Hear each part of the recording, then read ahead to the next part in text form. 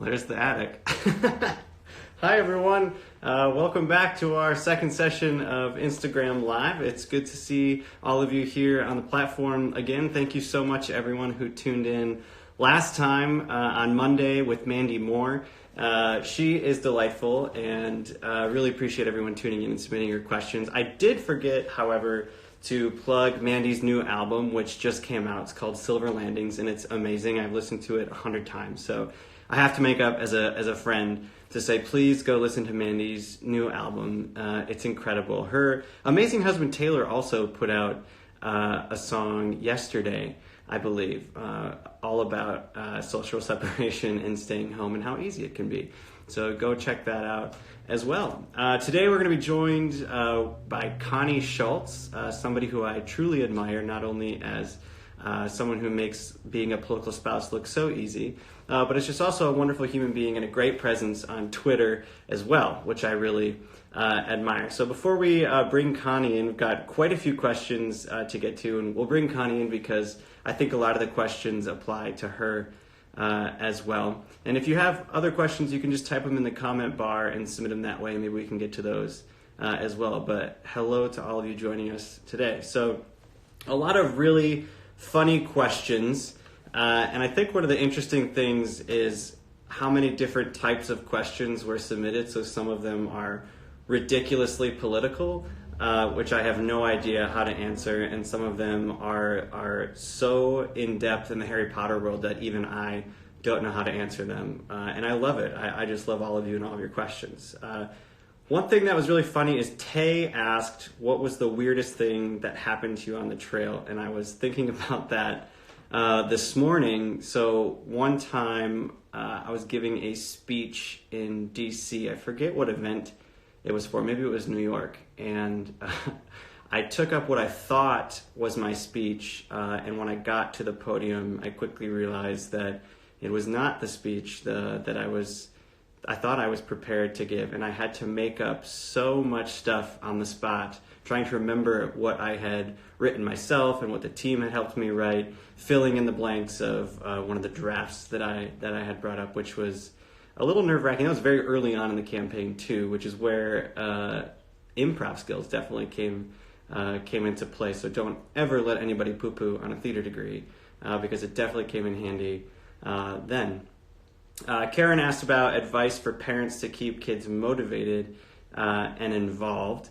And I think my advice to you today would just be to remember that curiosity is key, and you really have to strive to help your kids be curious, and it doesn't have to be about the things that they were studying in school or even talking about in school. You should just ask them, what are they curious about? What do they want to know more about? But make sure you're setting some really firm boundaries so that you know what they should be working on, they know what they should be working on, and ask for specific outcomes. But it could be anything related to music or Legos or drawing or theater. Just ask for them to have a product to show you and to show their learning. But I also think it's really important that in this time of chaos and anxiety that we don't put too much pressure on ourselves to be perfect.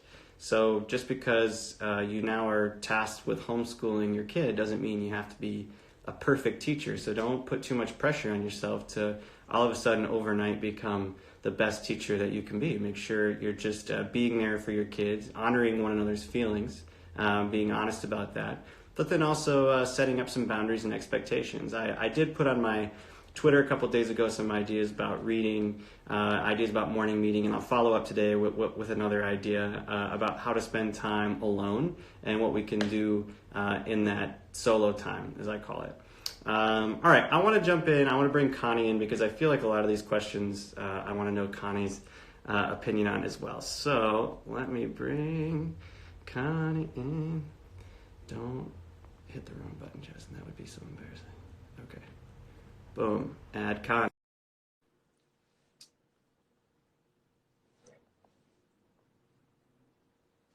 Waiting for Connie. Somebody write that song.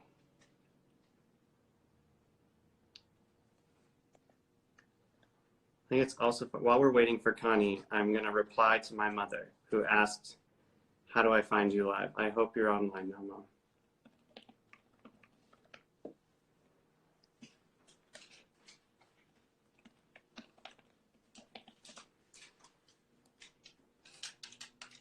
Buddy is here as well. Buddy, do you want to say hello? Come here. Come here, buddy. While we're waiting for Connie to connect, let's get an update from Buddy.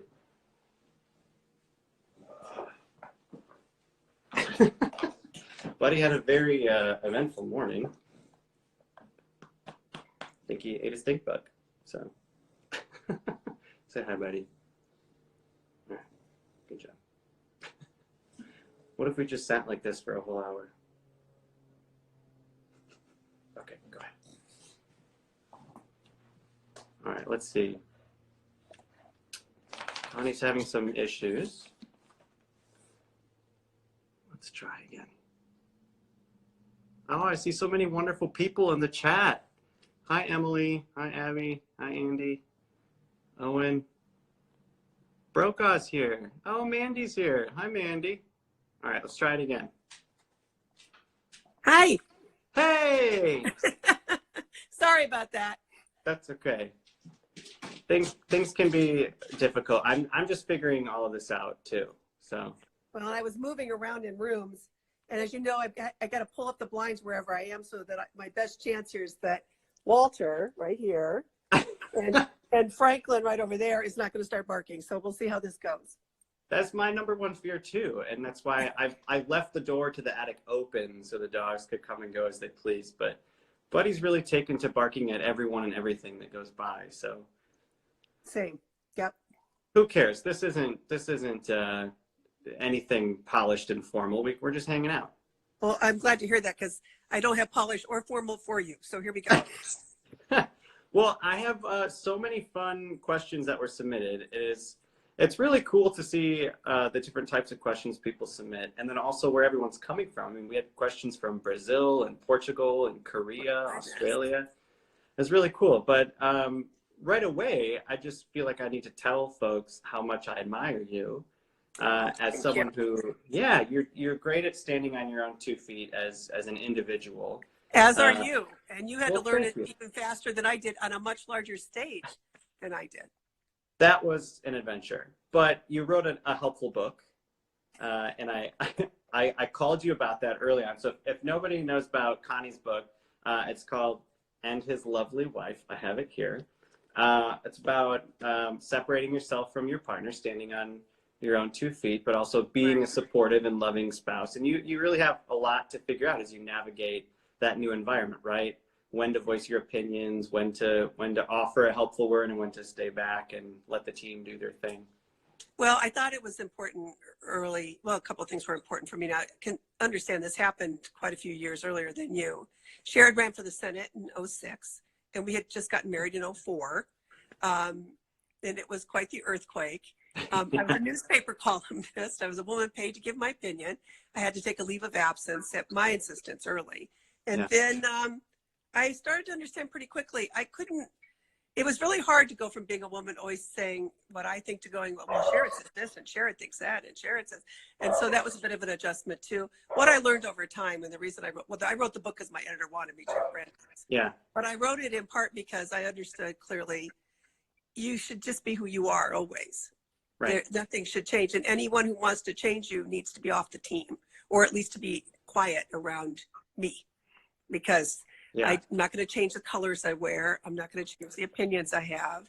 And it made it a lot easier to just be me. I mean, I had a whole book already of my columns that were published, so it wasn't like they weren't going to know what I've been thinking about over the years. Yeah.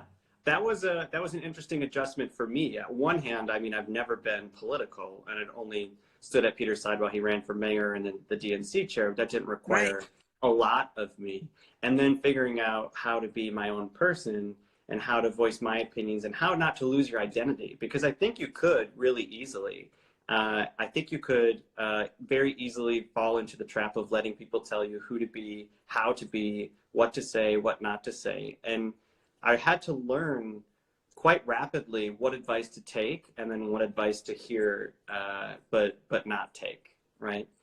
Especially when it came to trying to be the figure that I felt the country needed, but never letting go of my own values and what I thought made me who I am. So Right. there's a lot there. And now you're still kind of, I mean, especially as a journalist, you have to figure out how to separate maybe personal from political from spousal, right, and journalist. Or do you feel like you have found like the right balance of all of them? Well, if there's a balance to be found, and who knows, but I think as a columnist, which means I give my opinion. I report it all the time first. You know, I still Yeah. work as a journalist every day. I'm writing any column. And I think over time people have come to understand that yes, I have these opinions. I had them long before I knew Sherrod. We got very lucky after being longtime single parents and found each other. I looked up his voting record before I'd even go out with him because I need to make sure that he had 100% on choice and on gay rights. And I just wish all of you, all the people out there could check the voting record of somebody they're going to date first because it makes it a whole lot easier. Yeah. At least it did for me. So over time, you settle into who you are. And now, as you know, I'm pivoting. I'm still going to be writing my column, but I've got a novel coming out in June that I've been working on for so many years, but I'm scared all over again. So I'm living the advice I always give my students. If you're never getting scared, you've stopped growing. You got to keep trying, right? Speaking of growing and getting scared again, Mandy Moore, I agree with you. I love her new album. Love, love, Yes. love it. Oh my gosh. I think I've Cher can listened to sing it. two of the songs by heart already, but we'll Good. see. Good.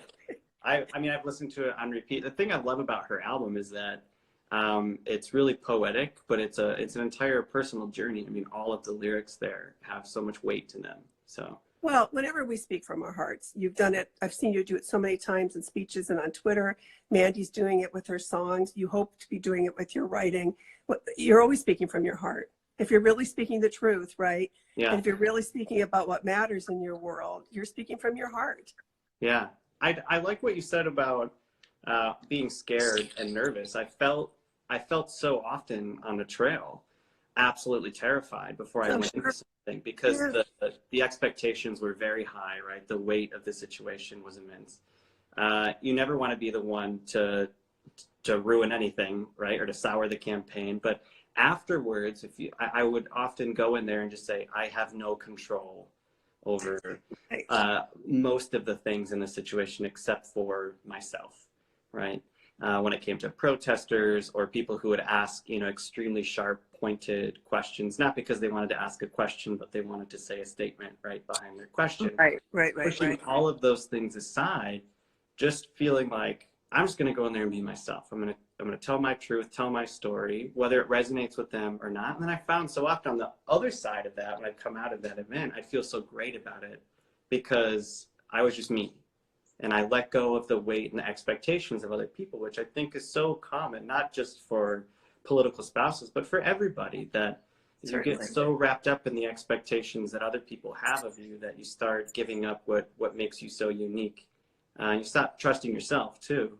Right. And you mentioned worry. And of course, that's such a theme right now, right? For different reasons. And a couple of mornings ago, Sherrod called me and he hadn't slept well because Sherrod, as you know, my husband is Senator Sherrod Brown, and he's in Washington still, driving, not flying. And he's being so careful because I'm asthmatic and he's really trying to protect a lot of people, including his wife. But after one particularly long night, he's just started listing all the things he worried. And I said, look, you worry about what you can affect. Right. You worry about what's within your control, which is something I have to remind myself all the time. I mean, as I joked when this first started becoming much more serious, right? I am a worst case scenario person from birth. So now I feel like it has been my superpower. But your head can get full of the what ifs. And the other thing that happens with that is it just sucks out the joy of the current moment in your current day. As you and I were talking before we got on, I'm healthy today. You're healthy today. People we love are healthy today. A lot of my neighbors are healthy. I am not going to waste this day by worrying about what happens if and when we're not, because then I've robbed myself of the little bit of normalcy I can have right now. Absolutely. Yeah. I think one of the ways that I'm coping with it is by not putting that pressure on myself. That I feel if we all adjust differently, right? And I saw this beautiful poem on Instagram yesterday just about,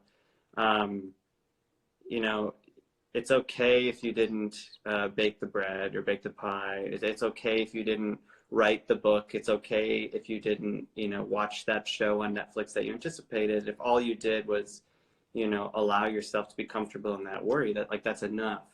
Yeah. And I think we're especially kind of pressured to be so productive right now. Like, oh, well, we're working from home, so we have all this. Right. Right. Pete and I were talking about this at dinner last night, that I just feel so overwhelmed with worry for so many people. Same. And Peter was saying, if this was like a flood, we'd all be running down and filling sandbags, or we would be out doing things with our hands. But Emily just commented it. I think it's Tiptoe Sage is the poet on Instagram. Oh, how nice. That's good. That poem, but we're not supposed to leave our homes right now. And so there's that, really that social isolation, not seeing other people and feeling like you can be extremely helpful. On the other hand, here's one thing I hadn't thought about until today. And I posted a picture that I had taken a while ago of Franklin looking through the banister rails of our porch. He was watching me when I was weeding quite some time ago. But I thought, you know what? Self-quarantine is really hard, but we've never been more powerful, Walter, in our ability to save other people's lives. Now I'm going to go fetch my dog. Hold on, please. But we've never been, all right, see, now he thinks he can just wedge himself between the blinds. Okay. This is Walter, whom we adopted 8 months ago today, actually. He was found on the streets. Yay, Walter. Yep. So that has really helped me to remember that as well, that we have never been more powerful than we are right now. If we stay home, we keep other people safe. Right.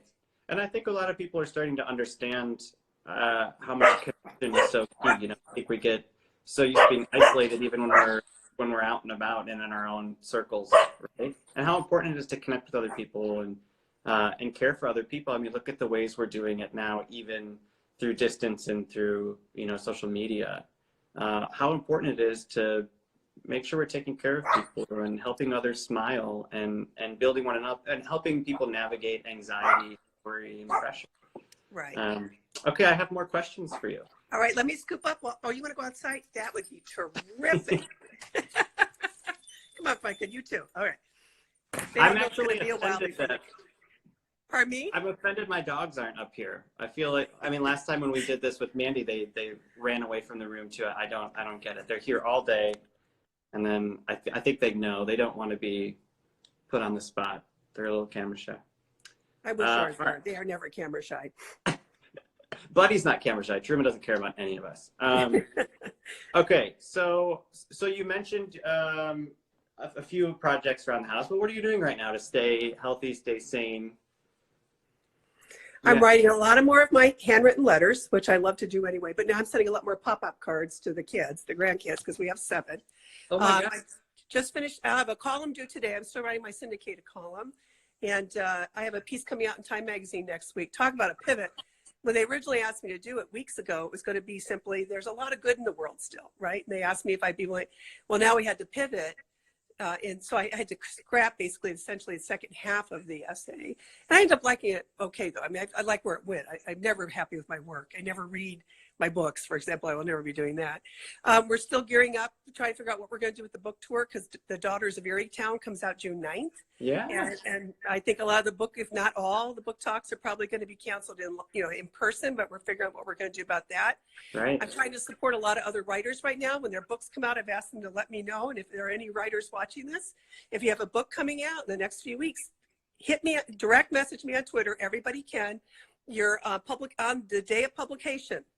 And I'll push it out there, because we got to be supportive of one another, and in touch a lot with friends, doing a lot of Zoom with family, and grandkids, right? And we're teaching still. And this online is a real struggle when it's my students, many whom don't have great bandwidth or don't have a lot strong wireless. They're going home. My kids are not the Ivy Leaguers. My kids are at Kent State, and some of them are having to take care of younger siblings now. Employers are asking them to work more hours, and they're not giving them protection. I really want to write about that, but I don't want them to lose their jobs right now. Right. So I'm worried about them pretty much all the time. And then, of course, there's Sharon. And I don't need to tell you, with Pete as your husband, when your husband is on the front lines, There are all kinds of things you can worry about, including just, is he sleeping? Is he resting? Is he keeping his distance? He refused to go in for that. He's a ranking member of banking and housing, but he did not go in person. He refused. He said, I'm going to stay here, going to do conference calls. Senator Patty Murray did the same thing. After Rand Paul's news, after that happened, they all wish they had been doing more by conference call. And so that's what's happening now. And they're voting, and they'll be voting in staggered entries so that the door will already be propped open so they don't have to touch a door handle. But you know how much I worry about all of that. Yeah. I've been joking that my hope was at the end of the campaign we'd have time to reconnect with one another, and I could, I have more of a hands-on approach to his eating and rest. And boy, what a kind of a sick joke. Now we're locked in the house together, but always worrying about that. Well, let's see, what else do we have here for you? I don't know if this is their name, but it was part of their handle. So Trin asked, a time in your life that taught you something you'll never forget. Well, there have been a number of things. If you're lucky, you keep learning as you grow. Yeah. I think back to what my mom said. He said two things. Hi, guys. Well, there they are now. They're very vocal. My mom said always to us, don't marry him until you see how he treats the waitress. And what she meant, of course, is how we treat the people we're allowed to mistreat is the measure of who we are. That has certainly informed my life and my work. And it seems particularly poignant right now when we're thinking of all the people who are delivering groceries for us, they're delivering our prescription drugs, they're working at stores, and of course, all of our healthcare providers who have to be there. How we treat the people we're allowed to mistreat. Because, we can be pretty awful to them when we show up for care, and they're still going to give us the best care they possibly can. Yeah. So if there's anything that has really stayed with me, is it Trin, you said, over the years? I have to believe Trin, that. Yeah. And I think we have an opportunity right now, if you have the ability, and if you're using, Instacart or Shipt, folks are out there because they're depending on that income. And if you have it within your ability to tip more, please do. And if you're going through a drive-through, please tip folks that are living on that and depending on that, and be as kind as you can. I've been reading too many stories about how awful folks are being at grocery stores, and to folks who are kind of putting their life on the line there, being exposed to so many people just to provide that service for you. And I think it's a call, it's a reminder of our values and how we treat people around us. So please be kind to everybody around you, depending on it. I have such faith in Americans overall. I have such faith in the kindness overall. So I'm looking forward to hearing more of those stories. I run a kindness thread on my public Facebook page every Saturday, and I just say, what happened this week? What was an encounter of kindness, either that you committed or that you were on the receiving end? I have noted, my Time magazine editor noted this as well. The numbers had decreased in the last couple of weeks. People are pretty scared. And so now they're getting more inventive in how to be creative because they can't tell just stories about things happening in person. But my faith is steadfast in people. I think most people want to do the right thing. I learned this as a columnist. Most people want to do good in the world. Most people don't think they matter and that what they would do is matter. And if nothing has become so clear right now, so much of what we do, and particularly if we're willing to stay home and be appreciative, as you said, of the people who can't, and supportive financially as well as just in our interactions, we are going to save lives. We can help save lives. Absolutely. It's something I've admired about you as well, just your focus on kindness and positivity, especially on social media, which I feel, and now folks are spending so much time on it because they're isolated at home. Yes, they are. I'm seeing an uptick. I always joked on the trail because, and you and I have talked about this before, people ask us, how are you so upbeat? Why are you so kind on social media? And it's not like a strategic choice that was like made in the conference room. It's just, I don't see the point in arguing with strangers online. And I have never seen on Twitter or any social media platform someone say like, oh my gosh, Connie, thank you so much for your input. I totally see it your way now. I'm definitely going to vote for your candidate, or I've definitely changed my worldviews because of your comment. And I've always said if you want to influence an election, you should talk with people, not at them. Right. Which is why, door knocking and phone banking is more successful in the long run than arguing with, a Twitter bot that has a picture of like a chicken as its, emoji. What are you doing with your time when you could be doing so much other work and putting out so much kindness into the world rather than like arguing with a stranger Well, online. So talk a little bit agree about with that. I would agree with, and I would also add this, that it's not as if I would never want to give the impression that I am never upset about things I see or the news I'm hearing. Every time after I watch President Trump's latest spectacle in the White House right now, I have to go for a long walk usually. Yeah. When I'm really worked up, I walk, I play with my dogs, I have a long talk with Sherrod, I call friends, and then I post. Yeah. Right? I give myself a break. I am not superhuman and I'm not perfect, and I would never want to suggest that I am. I know some can think I'm almost a little corny because I really do want the upbeat posts there too, but I really feel them in my heart. And I guess part of it is I'm so influenced by having 7 grandchildren in my life. I need them to, there's going to be such a record of what I did in the world and of their grandfather. And I want them to be able to find the strength in what we did. And I want them to see the kindness in what we tried to do because we really feel it. It does add another layer when you think of your legacy.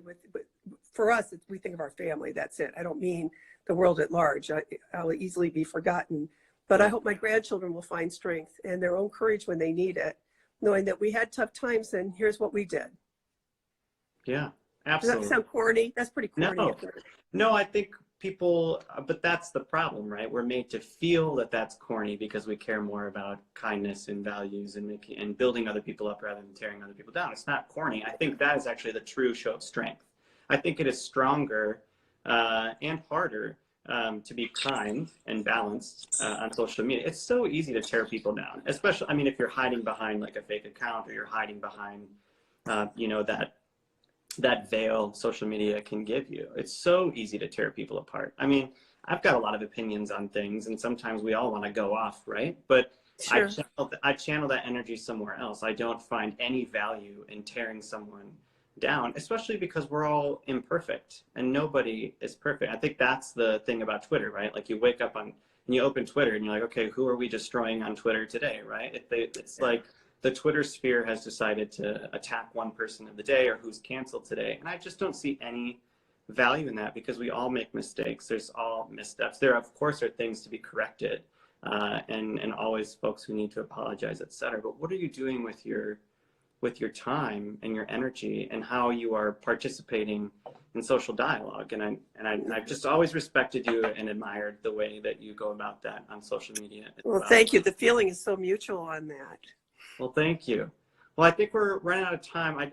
I'm so grateful for you for taking time, and please give the pups a pat on the head for me, and tell the senator I say hello as well. And give Pete a hug for me, would you? I will. Good to see you. You too, Jason. Thank you. Bye-bye. Take care. Bye-bye.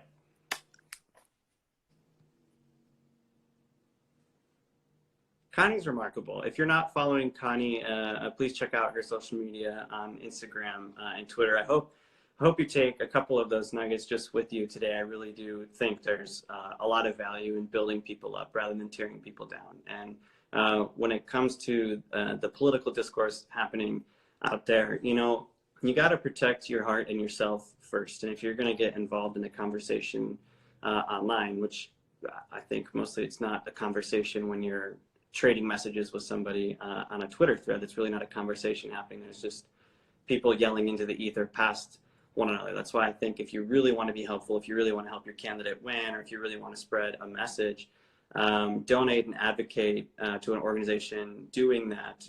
Know your messaging, know your audience, but then go out there and talk with people. And so often on social media, we're not talking with one another, we're just talking at one another, which is why out on the trail, I always encouraged our volunteers and our organizers to go out and knock on more doors, make more phone calls, have genuine face-to-face conversations and connections with people. Because if you're just yelling at people online, you're not convincing anybody. So I hope you take that with a grain of salt. And I also just hope you protect your heart and protect yourself. You don't have to fight every battle.